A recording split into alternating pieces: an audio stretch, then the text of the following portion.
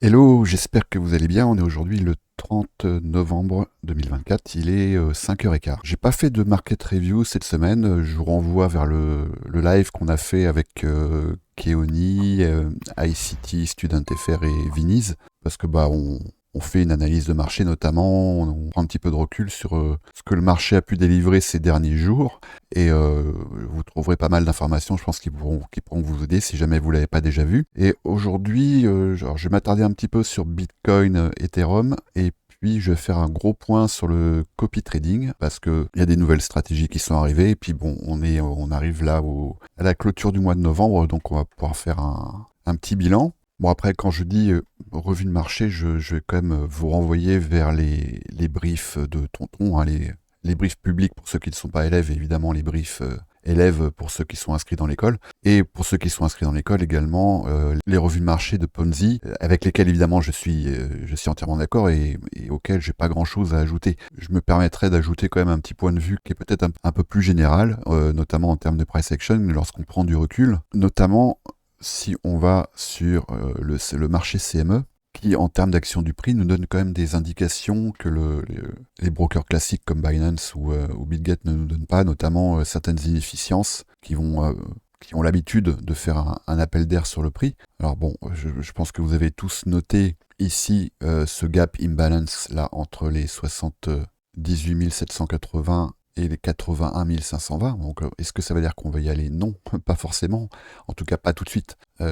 Il est rare que ce genre de phénomène ne soit pas comblé à un moment ou à un autre, mais ça peut prendre beaucoup de temps. Et on en a certains, si on regarde bien, qui restent toujours ouverts sur Bitcoin, comme par exemple celui-ci, hein, entre les 29 000 et les 30 500, il a toujours pas été comblé. Donc, c'est évidemment pas une science exacte, mais ça donne quand même certaines indications. Alors, déjà, il y a quelque chose que j'ai remarqué. Et ça, je le fais quand même assez régulièrement, hein. C'est vrai que quand on prend du recul, on a tendance à regarder les charts en weekly, éventuellement en monthly. Moi, j'aime bien regarder en trimestriel. Et en trimestriel, ce qu'on peut observer ici, c'est que, alors c'est pas un immediate rebalance, parce qu'immediate rebalance, c'est la bougie immédiatement consécutive, mais on voit ici que cette zone d'inefficience, là, elle a été complètement comblée. Alors c'est peut-être quelque chose que je pourrais observer en annuel. Non, en annuel, on n'aura pas la même dynamique. En tout cas, voilà en trimestriel ce que ça nous donne. Et donc cette mèche ici correspond, on est sur cet événement qui doit correspondre au 48K sur Binance. Voilà, la voilà ici. On comprend bien maintenant qu'il y a eu un travail de rééquilibrage qui a été fait à l'occasion de cette consolidation d'une part, et puis cette mèche, cette IO Fed qui a été fait ici, qui est revenu retester le haut de cette mèche ici, qui datait du 8 janvier 2024. Donc là, en l'état actuel, j'aurais du mal à dire que tout ça n'est pas bullish. On a ici un vrai breakout en sortie de cette consolidation. Voilà, on a un vrai breakout. Et la dernière bougie weekly, ici, forme ce qu'on appelle un hammer. Donc pareil, on a ici un immediate rebalance et on a la formation d'un hammer qui est une figure qui, a priori, en tout cas lorsqu'elle prend cette forme, qui est plutôt haussière. Et on peut l'observer ici également sur le marché CME. Alors après, la chose sur laquelle on va devoir s'interroger, c'est sur la temporalité de tout ça. On arrive, ça je l'ai déjà indiqué, au mois de décembre, qui est, en tout cas côté institutionnel et côté gros portefeuille, un mois où beaucoup ont tendance à clôturer leurs positions pour les ouvrir, parfois les mêmes en janvier. Mais ça, ce sont des questions comptables. Donc, qu'est-ce que ça va avoir comme impact là, ici, sur le mois de décembre? C'est un peu une nouveauté parce qu'on n'avait pas d'engagement institutionnel aussi fort, ne serait-ce que l'année dernière. Donc, ça va être intéressant à observer. En termes d'action du prix, on a eu ici la formation d'un breaker. On en a eu plusieurs, hein, et a priori, c'est une zone qui est amenée à être retestée à un moment ou à un autre. Il peut se passer beaucoup de temps avant que ce soit le cas sur cette zone. Alors c'est une zone qui est assez large, hein, qui couvre entre les 65 600 et les 76 000. Alors en chemin, on a ce gap imbalance ici, et juste en dessous, en daily, on a un nouveau breaker sur cette bougie en confluence avec une zone d'inefficience ici entre les 72 000 et les 75 000. Alors on sait bien, y compris dans les périodes de bull run, que à un moment donné, on a des corrections qui sont plus ou moins profondes, on en avait une ici, une correction quand même de 25%. On en a eu une autre ici de 20%. Et après, je vais pas reprendre tout l'historique, hein, d'autant que là, je suis sur le CME, mais voilà, des corrections entre 20 et 30%, on en a eu plusieurs. Et si on regarde bien, on est à peu près dans ces clous-là. Si je pars du prix actuel, voilà.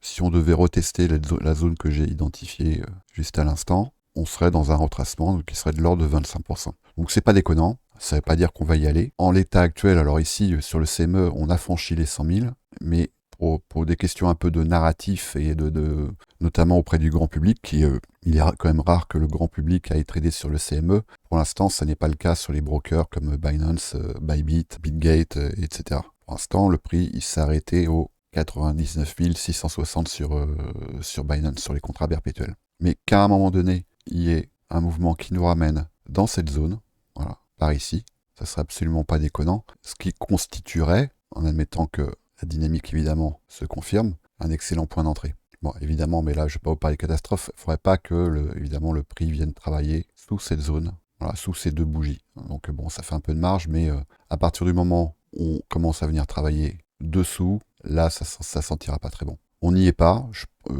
pense personnellement qu'on a quelques semaines ou peut-être quelques mois devant nous avant d'envisager ce genre de retracement, sauf évidemment événements systémiques, Black Swan, bon ça on n'est jamais à l'abri, et c'est un peu la définition de ce genre d'événement, c'est que ça n'est pas prévisible. En tout cas, il est bien évident que ce genre d'impulsion, ici, va appeler à un moment ou à un autre à un rééquilibrage. Donc ensuite c'est toujours pareil, hein, en termes de price action, on peut toujours plus ou moins prévoir quoi, c'est toujours très compliqué, beaucoup plus compliqué de prévoir quand. Donc quoi, voilà, par exemple, quoi, ici, une extrapolation, une déviation standard qui nous amène aux 106 000, dans la zone des 106 000. Donc il est possible, si le Bitcoin respecte ce concept des déviations standards, que on puisse s'attendre à une correction dans cette zone-là, dans la zone des 106 000. Mais voilà, donc ça c'est quoi?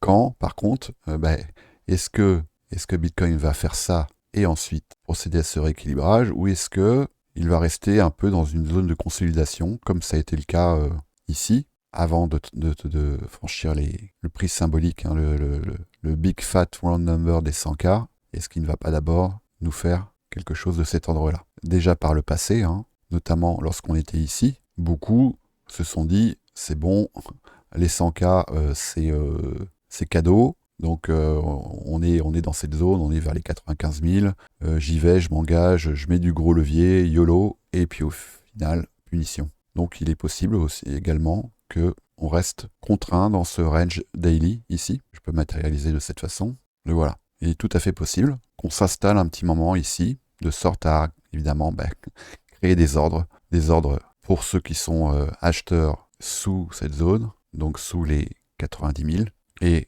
ceux qui sont persuadés qu'on va aller retracer beaucoup plus profond, au-delà des 99 600, de sorte à ce que le breakout qui se fasse dans un sens ou dans l'autre devienne une opération intéressante pour les marchés. Donc tout ça, ce ne sont évidemment que des hypothèses. Je peux pas lire l'avenir. Personne ne le peut. Ceux qui disent qu'ils le peuvent, faites attention.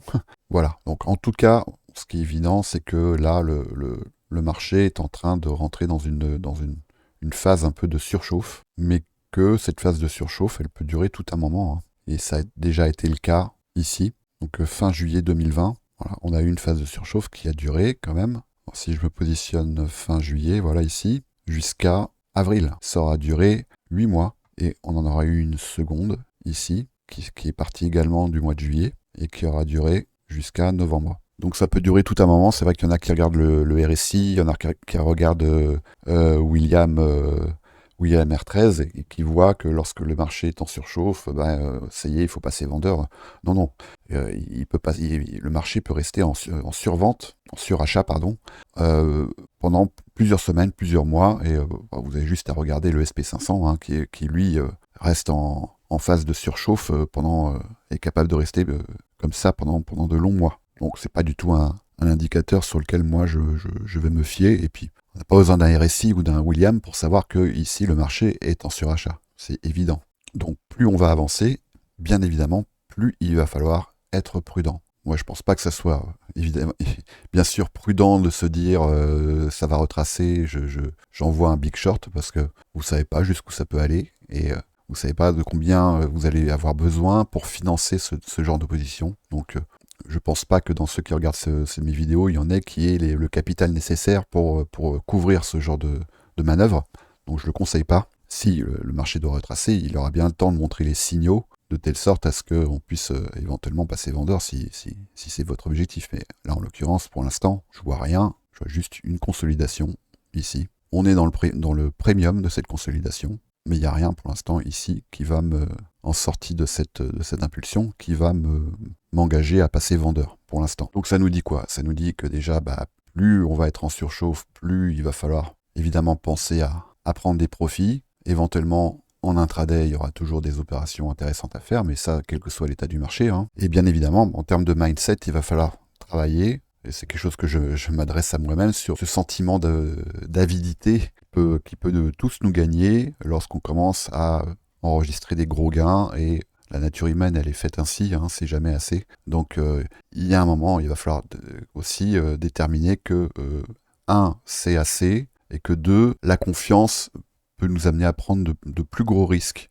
Et ces plus gros risques peuvent avoir pour conséquence de nous faire rendre au marché une partie des gains qu'on aura pu accumuler sur ce genre d'impulsion. Et donc il faut faire extrêmement attention. Et pour ça, ceux qui sont sur le Discord, moi je vous invite à aller faire un tour au mois de mai 2021 sur les messages qui pouvaient y avoir à l'époque, et sur la panique et sur le sentiment parfois même de dégoût de certains qui avaient commencé à faire de jolis gains et qui se sont retrouvés parfois en perte parce qu'ils ont oublié toute cette notion de prudence et ils se sont laissés gagner par ce sentiment que ça pouvait ne jamais s'arrêter et qu'il fallait toujours plus. Il faut bien comprendre que, notamment pour quelqu'un qui trade les marchés traditionnels, ce genre de gain, c'est pas quelque chose de normal. Voilà. Ici, lorsqu'on fait 50% en 15 jours, non, c'est pas quelque chose de normal, c'est quelque chose d'exceptionnel. Alors maintenant, ce qui est intéressant, c'est que quand on regarde ce qui est en train de se passer sur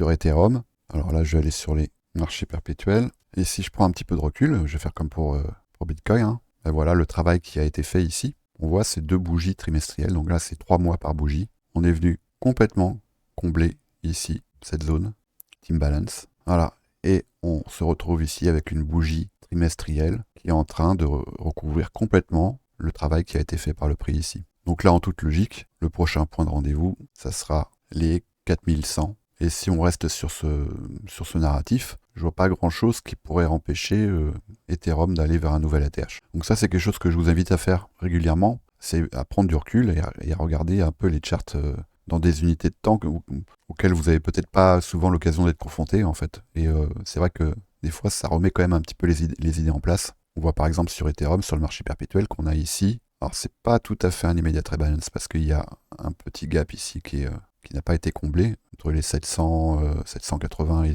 les 880. Mais on voit, pareil ici, qu'on est quasiment sur un immediate rebalance. Et ensuite, voilà, en échelle annuelle, ce que le prix est en train de nous faire. Si je vais sur le marché CME, eh ben, ce qu'on peut voir, alors c'est toujours facile de le voir après coup, hein, ça paraît toujours évident. Qu'est-ce qu'on est venu ici travailler? On est venu retester en échelle mensuelle ce breaker, cette bougie, la voilà, en confluence, et c'est toujours une zone qu'il faut privilégier évidemment, c'est à l'intérieur du breaker, une zone d'inefficience, que voici. Et on voit que c'est quand même très très précis ce qui s'est passé. Le prix est venu, voilà, combler cette inefficience. Et si on regarde bien, on a ici le premium, ici le discount. À l'intérieur, on avait cette zone d'inefficience ici, et le prix est venu la combler complètement avec ces 2 mèches. La dernière mèche, elle est venue buter précisément sur le CE, le Consequent Encroachment de ce breaker. C'est très précis, c'est au tick près. Et après, hop, on se retrouve ici avec un balance price range. Et pour l'instant, là, la bougie n'est pas encore clôturée, elle sera clôturée demain. Donc dans cette dynamique de prix, l'objectif a priori, voilà, de ce qu'on pourrait qualifier de licorne ici, hein, ça va être de venir retester le sommet de la jambe qui a amené au retest du breaker. Donc ça nous amènerait ici, en termes d'action du prix, sur les sur le CME en tout cas, sur les 4371. Voilà. Et sur le marché spot, ça nous amènerait ici sur les 4093. Donc à l'heure actuelle, en termes de price action, la stratégie la plus cohérente, sauf preuve du contraire, ça sera évidemment de venir acheter tous les replis. Et des replis, on en a évidemment tous les replis, toutes les inefficiences laissées derrière l'action du prix, toutes les inefficiences sont évidemment des points d'entrée qui sont intéressants jusqu'à ce que ça ne fonctionne plus. Mais pour l'instant, on voit bien que ça fonctionne. Hein. Bon, voilà ce que j'ai à dire. Je ne vais pas trop m'étaler. Je referai certainement un petit point dans la semaine pour notamment suite à la clôture mensuelle, aux clôtures mensuelles. Ce que je vais notamment observer, c'est cette zone ici sur Bitcoin et également les phénomènes d'arbitrage qu'on commence à observer, hein, c'est-à-dire à partir du moment où il y a des prises de profit sur Bitcoin, les capitaux vont circuler. Ils vont circuler vers les alts. Il va falloir bien observer les narratifs, notamment sur Solana d'une part. Et puis, je vais en parler juste après, des narratifs aussi en termes de secteur. C'est la raison pour laquelle on a décidé de proposer un nouveau produit de copy trading. Alors justement, la transition, elle est parfaite. On va aller vers le copy trading pour faire un petit point un peu sur où est-ce qu'on en est dans toutes nos stratégies. Alors, les phases très impulsives comme ça, je vais aller sur le tableau des résultats journaliers. Vous pouvez y accéder à tout ça, c'est accessible. Vous n'avez pas besoin d'être élève pour y accéder. Vous allez dans le Discord du Trône et vous allez ici dans la section copy trading, vous allez dans résultats journaliers. Alors, ce qu'on peut observer, c'est qu'il y a beaucoup d'événements, parce que c'est très impulsif et que le moindre petit retracement va procurer une entrée au bot LIM et générer assez rapidement des profits. Donc on va avoir plein de petits profits. C'est pas forcément les phases de bull run qui vont générer le plus de profits, le plus de gains en fait en termes de volume, parce que on a des retracements qui vont pas être très profonds. Mais de temps en temps, évidemment, on va en avoir. Mais vous voyez que là, depuis quelques jours, on a tous les jours, voilà, ici on a eu 16 TP, le 23 novembre on en a eu 13, le 23 on en a eu 9, et à chaque fois qu'on a une jambe baissière, ça va occasionner beaucoup d'ordres remplis, ici on en a eu 19. Voilà, le 24 novembre, pareil, 19 entrées, 4 TP seulement, parce que là on était dans une phase baissière. Le 26 novembre, 27 entrées et 10 TP. Le 26, 17 entrées, 5 TP. Voilà, et puis les jours où ça pump, on voit qu'ici on a beaucoup de TP sur les botlim. Alors la bonne nouvelle, c'est que ça y est, Blast, il a enfin pris ses profits. Il aura mis du temps, je crois qu'il aura été en drawdown pendant 15 ou 16 semaines. Bon, ce qui fait partie complètement des choses envisageables. Et à présent, l'Imlist, c'est le token CO qui a été choisi. Il a été listé il y a très peu de temps, à la fois sur Binance et sur Bitgate. Et en règle générale, suite au listing, on a des phases comme ça qui sont très véloces. Et donc, on fait quelques itérations et puis après, on changera. On fera entre 3 et 5 itérations, je pense, et on changera ensuite d'asset. On ira vers un autre token qui vient d'être tout juste d'être listé. Je me suis fait avoir la dernière fois sur Blast parce que on n'avait pas mis la dernière itération en Reduce Only. Ce qui fait qu'il a pris ses profits et il s'est engagé tout de suite. Donc j'ai vu ça, j'ai dit allez, on va attendre, on va laisser prendre cette dernière itération. Et il se trouve que cette dernière itération précisément, c'est elle qui a occasionné un drawdown assez long. Parce que tout simplement Blast il avait dit ce qu'il avait à dire et il aurait fallu sortir plus tôt. Bon, maintenant on le sait, donc on a des alertes. Après la troisième prise de profit sur l'Imlist, on le passe en Reduce Only, on le laisse prendre ses profits et ensuite on change. Alors concernant les bots SPT, alors on commence à avoir un petit peu de recul là sur la réplication réelle. Tout confondu, les 4 bots confondus, on est en léger gain de 0,15 R. Alors bon, c'est sûr que vu le nombre de positions, c'est pas énorme, mais c'est le comportement qu'on pouvait en attendre. Et ça, c'est ce que j'avais annoncé dès le départ, c'est-à-dire que c'est un bot dont l'objectif est d'être en position le plus possible, de sorte à pouvoir attraper des événements qui sont quand même assez exceptionnels, mais j'en ai identifié là sur tous les assets des bots SPT, à peu près une cinquantaine là sur les 30 derniers mois, ce qui est quand même assez significatif. Alors je vais vous montrer, j'en ai identifié certains. Alors voilà par exemple sur Link, un événement, on a eu une entrée, vous voyez ici sur cette petite flèche, et voilà ce que ça a occasionné avec le trailing stop loss, un retracement de moins 20%, enfin 20% vu que c'était un short. Il est évident qu'en levier, entre 10 et 50 en fonction des assets, bah, ça génère d'énormes gains qui viennent complètement aspirer les petites pertes ou les petits gains que ce bot va pouvoir faire. Voilà, ça c'est sur Link, ça c'était au mois de janvier. On a eu un autre événement ici, pareil, sur AAV. Voilà, pareil, là on est sur du 20% également.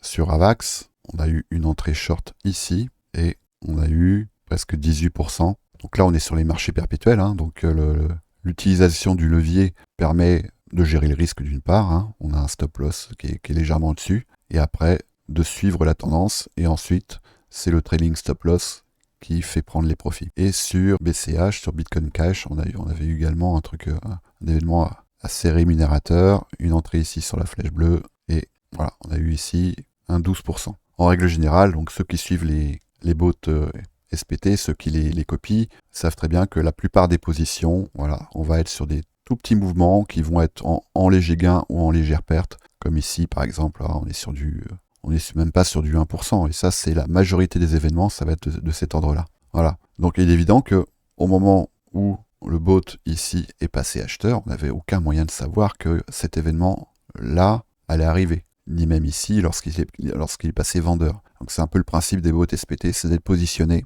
et de capturer ce genre d'événement exceptionnel. Et bon, je vais pas tous vous les montrer, mais j'en ai identifié une bonne cinquantaine, hein, sur les backtests d'événements comme ça, et d'autres un peu plus, une centaine, qui sont entre 5 et 10%. Donc c'est quand même pas rien, c'est quand même assez significatif. Pour l'instant, on n'en a pas eu. On a eu quelques événements. On en a eu un récemment, je crois que c'est sur GMX, qui était de l'ordre de 4 ou 5%, bon, ce qui commence à être intéressant, mais on est quand même très loin de genre d'événement qu'on pourrait qualifier de squeeze, hein. C'est-à-dire ici, on a eu un long squeeze, et ici, sur BCH, on a eu là un short squeeze. Alors, je ne suis pas remonté à plus de 30 mois, mais je sais que j'ai vu dans les backtests qu'il y avait des événements encore plus, avec un décalage encore plus important. Il y en a eu. Voilà, donc après, bon, je ne vais pas revenir, hein, sur la gestion du risque. Moi, je conseille sur les bots SPT de prévoir un risque de 1% sur le capital que vous avez engagé. Et évidemment, ce capital, bah, il faut que vous soyez prêt à le perdre, parce qu'on ne sait absolument pas ce que le prix, comment il va se comporter dans le futur. On sait comment il s'est comporté dans le passé, mais l'avenir, on ne le connaît pas. Mais je pense que 1%, c'est correct comme gestion du risque. Donc si vous engagez 500 $, ce qui est le montant minimum, bah, moi je déconseille de risquer plus de 5 $ par R. Alors, attention, c'est pas 5 $ par position, c'est 5 $ par R. Et un R correspond à peu près à 3 positions. Moi, c'est ce que je recommande. Après, vous faites ce que vous voulez, mais c'est ce qui me paraît raisonnable en tout cas. Alors, dernier point concernant les bots SPT, c'est que ce sont des paniers, hein, on en a 4, et dans chaque SPT, on a 3 assets. Là, au bout de quelques semaines d'exercice, on s'est rendu compte qu'il commençait à y avoir une petite disparité en termes de résultats. Certains étaient plus profitables que d'autres. Alors, ça n'a peut-être pas duré, mais en tout cas, on a procédé à un rééquilibrage, donc à une redistribution des cartes. Voilà, de sorte à ce que ceux qui étaient en légère perte puissent récupérer une partie du drawdown, et ceux qui étaient en léger gain, a priori, il n'y a pas de raison qu'ils passent en perte, mais c'est aussi dans un souci d'équité, en fait, entre ceux qui sont positionnés sur un bot SPT, sachant qu'on ne peut en avoir qu'un, de sorte à ce que les performances soient à peu près lissées. Donc pour parler concrètement, on en avait 2 qui étaient à plus 2 R, on en avait un qui était à moins 2 R et un qui était à moins 1 R à peu près. Donc on a redistribué ces assets de sorte à ce que les performances puissent être lissées. Et sachant que pour l'instant, aucun n'a capturé ce genre d'événement, donc on ne peut évidemment pas contrôler à quel moment ça va arriver et quel asset va être concerné par ce genre de décalage. Peut-être tous, peut-être aucun, en tout cas pas dans l'immédiat, mais ça, seul l'avenir nous le dira. Alors, concernant la stratégie Games of Thrones, le premier mois d'exercice a été clôturé. J'ai eu un peu moins de réussite là sur ces derniers jours, parce que le TRX a changé un peu de paradigme, et c'était un petit peu plus compliqué à manœuvrer, mais au final, l'objectif du mois, je le répète, moi mon objectif c'était entre 2 et 3%. Là on clôture le mois à 4, un peu plus de 4%, avec un win rate de 65%.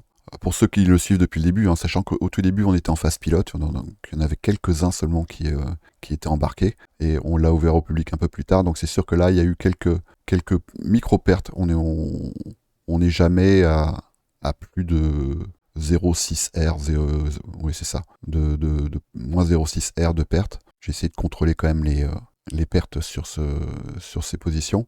Là, on est dans une phase de marché où je ne vais pas insister, en tout cas pour l'instant, jusqu'à la fin du mois, sachant que l'objectif est rempli, sachant que, comme pour Bitcoin d'ailleurs, hein, on est ici rentré dans une phase de consolidation, qu'on est à peu près sur l'équilibrium ici de ce range daily. Voilà, donc pour l'instant, je ne vais pas insister pour le mois de novembre. On verra sur le mois de décembre s'il y a des choses qui se déterminent. C'est vrai que j'ai pas énormément de temps pour m'occuper de cette stratégie. D'autant plus qu'on vient d'en ajouter une nouvelle, ça me permet d'enchaîner. C'est un bot qui a une partie automatisée, et une partie qui sera plus ou moins discrétionnaire.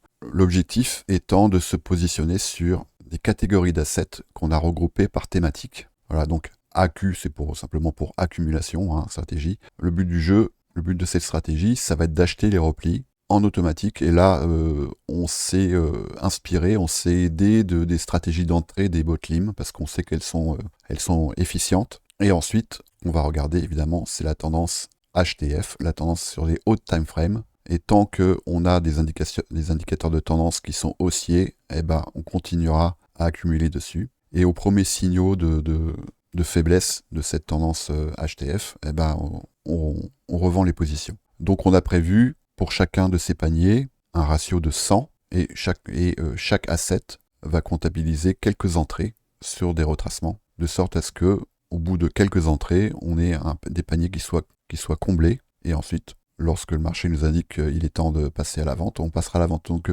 la différence par rapport aux botlim, c'est que les botlim, ils ont un objectif de gain qui est en l'occurrence 2% par rapport à la VWAP. Ici, on est plutôt sur une stratégie de suivi de tendance, c'est-à-dire qu'on va suivre le prix tant qu'on a des signaux de tendance haussière. Donc on va essayer d'amener le prix, ces assets le plus loin possible, évidemment. On n'a aucune idée d'où est-ce qu'on est dans ce bull run, hein, pour l'instant, donc on est peut-être au début, on est peut-être pas loin de la fin, mais en tout cas, on va essayer de suivre tout ça. Donc après, là, du coup, ça va être à vous de vous engager, si c'est dans vos objectifs, évidemment, sur les narratifs qui vous parlent. Donc les blue chips, c'est les gros mastodontes, hein, c'est Bitcoin, BNB, TRX, XRP. On a les mêmes coins, donc là, Dodge, SHIB, Bonk et WIF. Les Layer 1, je vous laisserai chercher si vous ne savez pas ce que c'est. Tout ce qui est DeFi, finance décentralisée, donc Maker, Comp, Uni, AV. On a un panier Metaverse, Mana, Send, AXS, Chiliz. Les tokens d'infrastructure, donc Pole, Matic, Link et GRT. On a 3 tokens d'intelligence artificielle. On a pris les leaders de marché, hein, on s'est pas emmerdé. Donc Tao, FET et NIR. Et après, tout ce qui est Depin, donc là, Render, AR et IO. Donc en tendance haussière, par exemple, je suis sur Maker, on va identifier des structures de retracement, comme ici. Et ce sont les moments où le bot va venir se positionner, de sorte à moyenner le prix. C'est une sorte de DCA, en tout cas c'est pas une martingale, parce que le poids de chaque entrée sera toujours le même. Et une fois que le bot a pris ses positions, on fait du suivi de tendance. Donc ces stratégies, elles sont ouvertes, vous pouvez vous positionner dessus. On va attendre un petit peu que les trains se remplissent, et lorsqu'on estimera qu'il y a suffisamment de monde, hein, c'est un peu comme une montagne russe en fait, hein, on attend que les wagons se remplissent, et quand les wagons seront remplis, on mettra les alertes en route pour que le bot commence à se positionner. Voilà, donc si c'est une stratégie qui vous intéresse, vous avez tous les liens en description, et vous allez sur le Discord, et vous avez toutes les explications. Vous avez également maintenant, et ça c'est un service qu'on vient d'ouvrir, une assistance qui a été ouverte par mon collègue Viniz. Donc normalement on a tout mis en place pour que vous soyez autonome, on a mis des vidéos à disposition, mais si malgré tout ça n'est pas suffisant pour vous, parce que vous êtes débutant, parce que vous avez besoin d'aide, il y a un service d'assistance, alors qui est payant, mais c'est une bien modeste contribution par rapport au temps que ça va demander à Vinis pour vous accompagner. Et en tout cas, n'hésitez pas, vous allez ici dans Copy Trading, vous allez dans Discussion, et sachant que ce canal a été fermé, hein, et regardez le dernier post, et vous cliquez ici sur TradersView Assistance. Sinon, vous allez sur la plateforme TradersView, et lorsque vous êtes connecté, vous avez ici un lien, besoin d'aide, des questions, difficultés, obtenir un support individuel, vous cliquez, voilà, et après vous vous laissez guider. Je m'arrête là pour aujourd'hui, j'espère que ça a été clair. On va continuer à développer des produits de copy trading qu'on estime intéressants. On continue, notre credo, ça va plutôt être celui des stratégies automatisées, sachant que les stratégies discrétionnaires, elles sont très chronophages et c'est pas forcément ça qui va générer le plus de profit. Donc on travaille actuellement avec mon collègue Viniz au développement de stratégies qu'on espère pouvoir mettre en ligne rapidement. Il y a un point qui est quand même important, c'est qu'il faut pas vous amuser à comparer les performances de ces bots ou de ces stratégies aux performances actuelles du bull run, parce que l'objectif, c'est un bull run, ça dure quelques semaines. L'objectif, c'est pas de comparer ces stratégies aux performances que vous pourriez avoir juste en achetant du Bitcoin sur le spot, parce que notre objectif, c'est de vous proposer des stratégies qui soient consistantes, efficientes, quel que soit l'état de marché. Et c'est ça le plus difficile. Et c'est ce sur lequel on travaille actuellement et sur lequel on passe beaucoup de temps. Donc on espère très bientôt vous faire des annonces qui devraient vous intéresser.